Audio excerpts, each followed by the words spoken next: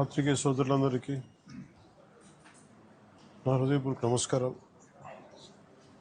ప్రత్యేకించి NDA government form అయిన తర్వాత గౌరవ ముఖ్యమంత్రి చంద్రబాబు నాయుడు గారి నాయకత్వంలో నేను అటవీ శాఖ బాధ్యతలు తీసుకున్నాక, పర్యావరణ బాధ్యతలు తీసుకున్నాక ముందుగా రెడ్ శాండర్స్, ఎర్రచందనం స్మగ్లింగ్ ఒకటి ఇది నా దృష్టిలో ఉంది.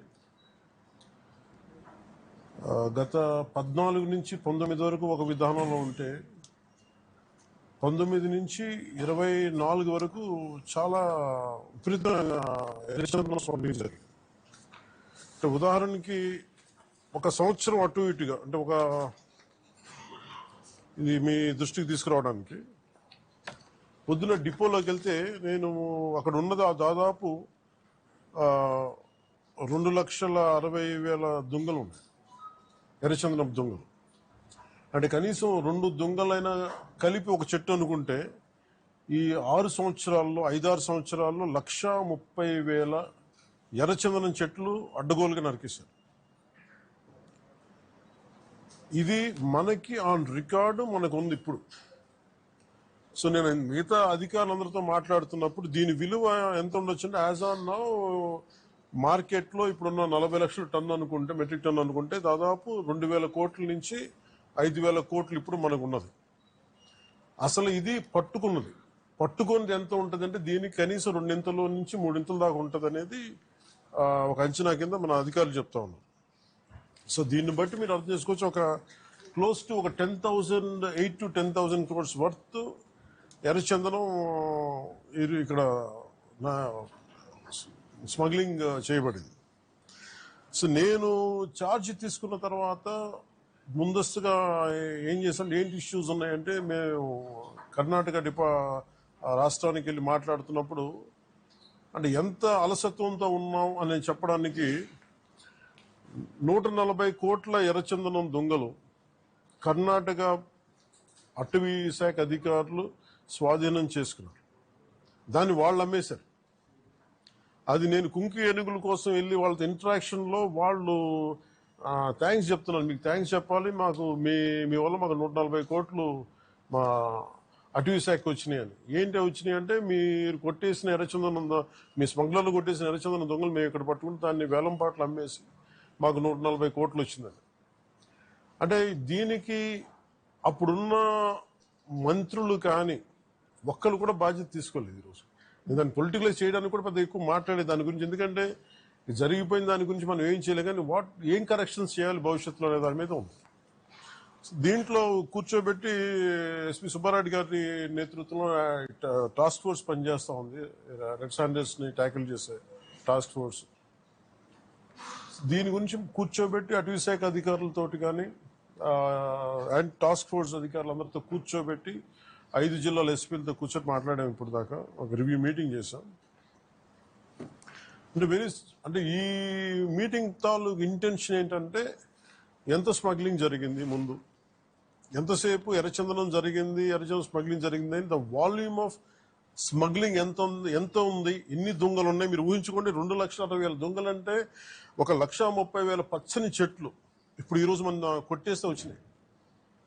దీనికి కొన్ని లక్షల చెట్లు కొట్టేస్తుంటారు, కానీ ఇంకో 2 లక్షలు అదనంగా కొట్టింటారు, కానీ తక్కువ క్లోజ్ టు అనదర్ ఒక 1.5 to 2 lakh చెట్లు కొట్టేస్తుంటారు. ఇది మనకి అందరిని లెక్క. ఇది ఇప్పుడు అన్ని వెళ్ళి లోపలికి వెళ్ళి చూస్తే పెద్ద చెట్లు ఏం లేవు, అన్ని కొట్టేసిన చెట్ల తర్వాత పక్క నుంచి వచ్చే మొలకలు కొంచెం పెద్దగా అయినాయి. కానీ సో ఎర్రచందనం, ఇది ప్రత్యేకించి ఎర్రచందనం శేషాచలం అడవులకే వెంకటేశ్వర స్వామి వెలిసిన ఈ ప్రాంతానికి ఎందుకు ప్రసిద్ధి అంటే, ఇది ఆయనకి గాయం తగిలి ఆయన రక్తం నుంచి వచ్చింది.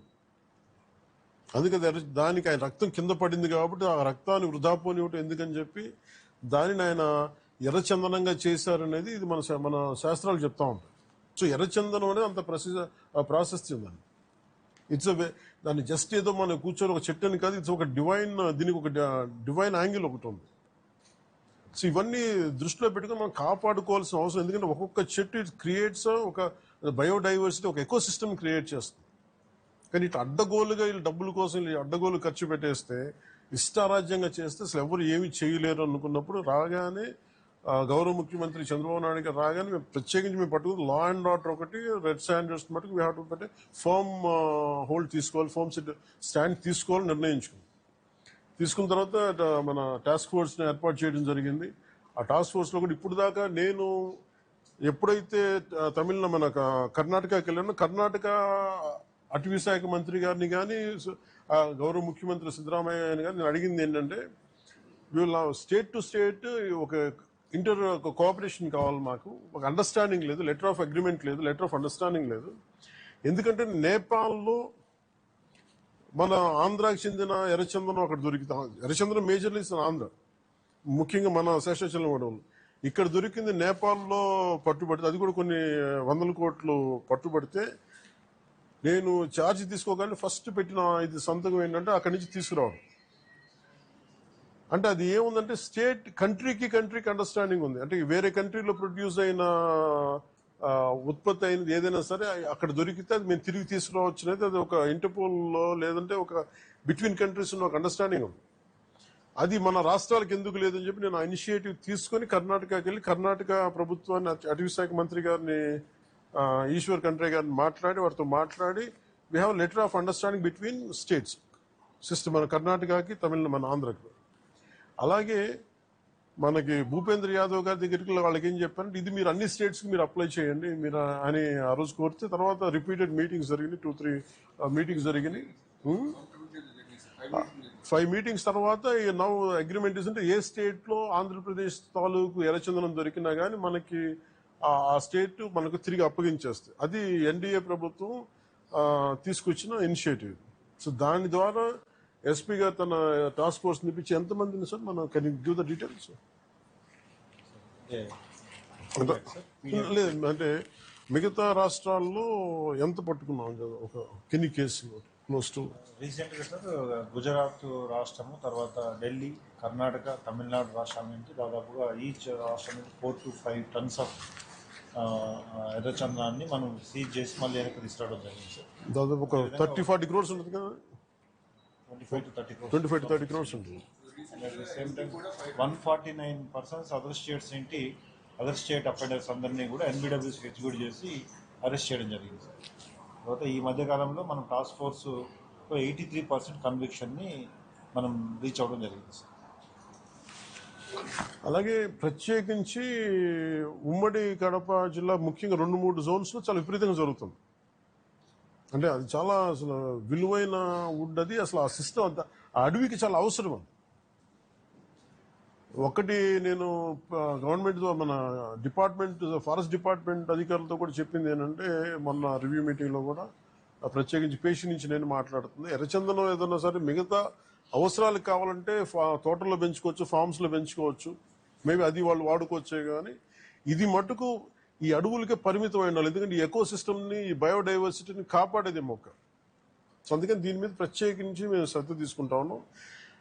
ఈ ప్రత్యేకించి ఈ మీడియా మీకు ఈ మీడియా సమావేశం నుంచి నేను చెప్పదలుచుకుంది ఏంటంటే to all the red sander smugglers, 4 king పిన్స్ని ఐడెంటిఫై చేశారు. ఇట్స్ వాళ్ళని ఎలా పట్టుకోవాలి, ఏం తీసుకురావాలంటే దాని మీద చెప్పే కాదు కాబట్టి అవి టాస్క్ ఫోర్స్ కానీ state police and with help of forest department దాన్ని తీసుకెళ్తారు ముందుకి. కానీ రెడ్ శాండర్స్ ఇది వెంకటేశ్వర స్వామి గాయం నుంచి పుట్టిన చెట్టు. ఇది సెంటిమెంటల్గా దయచేసి దీన్ని శేషాచలం అడుగుల్లోని ఎర్రచందనాన్ని దయచేసి ఎవరు కొనగండి. That's my first appeal. 2, ఎవరైనా సరే ఉపాధి లేక మీకు ఏదైనా కొట్టేస్తుంటే కన్సర్న్ కలెక్టర్ దగ్గరికి వెళ్ళండి, లేదా కన్సర్న్ లీడర్స్ దగ్గరికి వెళ్ళండి. స్థానికంగా ఇక్కడ ఎవరన్నా కూర్చోబెట్టి సహాయపడి దానికి ఏదైనా ఆల్టర్నేట్ ఎంప్లాయ్మెంట్ చేస్తాం తప్ప దయచేసి మీరు ఎర్రచందనం చెట్లలో నరికివేతలు మీరు పాల్గొనకండి. అలాగే మిగతా రాష్ట్రాల నుంచి వచ్చే వాళ్ళకు కూడా ఒక అవేర్నెస్ క్యాంపెయిన్ స్టార్ట్ చేస్తాం, తమిళనాడులో కానీ మిగతా చోట్ల నుంచి కానీ. ఆ క్యాంపెయిన్లో కూడా దయచేసి మీరు ఇక్కడికి వచ్చి దీన్ని మీరు కేసులో ఇరుకోవద్దు, అది చాలా ఫర్మ్గా చెప్తా ఉన్నాం. ఎడ్యుకేట్ చేస్తాం, అవేర్నెస్ ప్రోగ్రామ్స్ ఇస్తా ఉన్నాం. ఇవన్నీ అలాగే నేను అడుగుతున్నా, it's also create law and order program problems.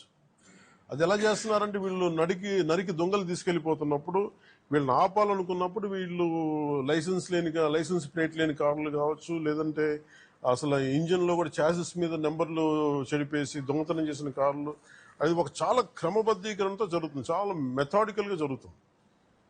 So వీళ్ళకి మేమేం చేసుకున్నామంటే వన్ సింపుల్ వార్నింగ్ అందరికీ ఇస్తుంది, ముఖ్యంగా రెడ్ శాండర్స్ అందరికీ కూడా. రెడ్ శాండర్స్ని ఎవరైతే సపోర్ట్ చేస్తున్నారో, మీరు స్మగ్లర్స్ కావచ్చు, కొట్టేసే వాళ్ళు కావచ్చు, కింగ్ పిన్స్ కావచ్చు, it's a very firm warning to you all.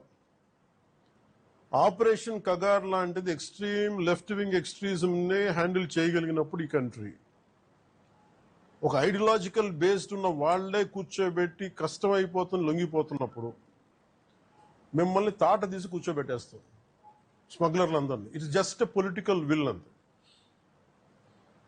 మీరు కనుక ఇదే పనిగా చేస్తే 6 to 9 months ఆర్ 1 year అదే పని ఆపరేషన్ పెడతాం మీ అందరికి. మీరు స్వచ్ఛందంగా ఆపారా మంచిది, మీకు మీరు ఆపలేదా ఒక 1 year 1.5 year ప్రత్యేకమైన special zone, special operation create చేసి మళ్ళీ రెడ్ శాండర్స్ ఎవడన్నా తిరగాలి చెట్టు కొట్టాలంటే కూడా భయపెట్టే స్థితికి మేము తీసుకొస్తాం. మేజర్ మీకు ఒక యాక్ట్ ఉంది, ఎవరన్నా సరే రెడ్ శాండర్స్ చెట్లు కొడితే వాళ్ళ ఆస్తులను కూడా సీజ్ చేయొచ్చు. ఆ అమెండ్మెంట్ ఆల్రెడీ చేస్తుంది ఫారెస్ట్ యాక్ట్ లో. You have to be very very clear on that. So ప్రభుత్వం ఇంకా ఆలోచిస్తూ ఉంది తటపాయిస్తుంది, ఇంకా ఆ తటపాయింపులు లేవు. మీకు వెరీ స్టర్న్గా వెరీ ఫర్మ్గా చెప్తున్నాం, రెడ్ శాండర్స్ స్మగ్లర్స్ అందరికీ కూడా, దాంట్లో పాల్గొనే వాళ్ళు ప్రతి ఒక్కళ్ళకి కూడా it's a matter of time. So మీ అందరూ కూడా మర్యాదగా మీరు వెనక్కి వెళ్ళిపోయి వేరే పనులు చూసుకుంటారా లేదా ఇవే చేస్తారనేది చాయిస్ ఇస్ యువర్స్. ఎందుకంటే వన్స్ మేము ఆపరేషన్ స్టార్ట్ చేసినప్పుడు మటుకు ముఖ్యమంత్రి గారి దృష్టికి తీసుకెళ్తాం, ఆల్రెడీ ఆయన స్టార్ట్ చేశారు. ఇవన్నీ కాకుండా మేము బోల్డ్గా నరికేస్తాం, మమ్మల్ని ఎవరు ఆపర్ ఏం చేయరంటే ఇది ఒక ఎన్డీఏ గవర్నమెంట్, గుర్తుపెట్టుకోండి. It's a tough government.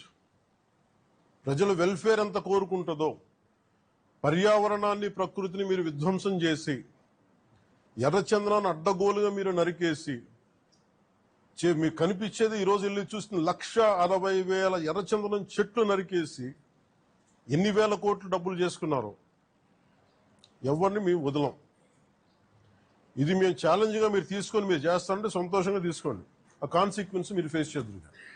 ఇది చెప్పడానికి మీ అందరికీ పాత్రికేయ సోదరులందరికీ తెలియజేస్తాం. Thank you sir. జై హింద్. సార్ కోర్ట్స్ ద్వారానా? సార్ కోర్ట్స్ ద్వారా అన్ని పనిష్మెంట్స్ ఉన్నాయి సార్ క్లియర్గా. నేను అనేది అంటే ఫస్ట్ ప్రైమరీగా ఏం చేయాలి sir, the biggest thing is మన ఇంట్లో మన పెరట్లో నుంచి వెళ్ళిపోతున్నప్పుడు ముందు మన పెరట్ని మన బార్డర్స్ని రక్షించుకోవాలి ఫస్ట్.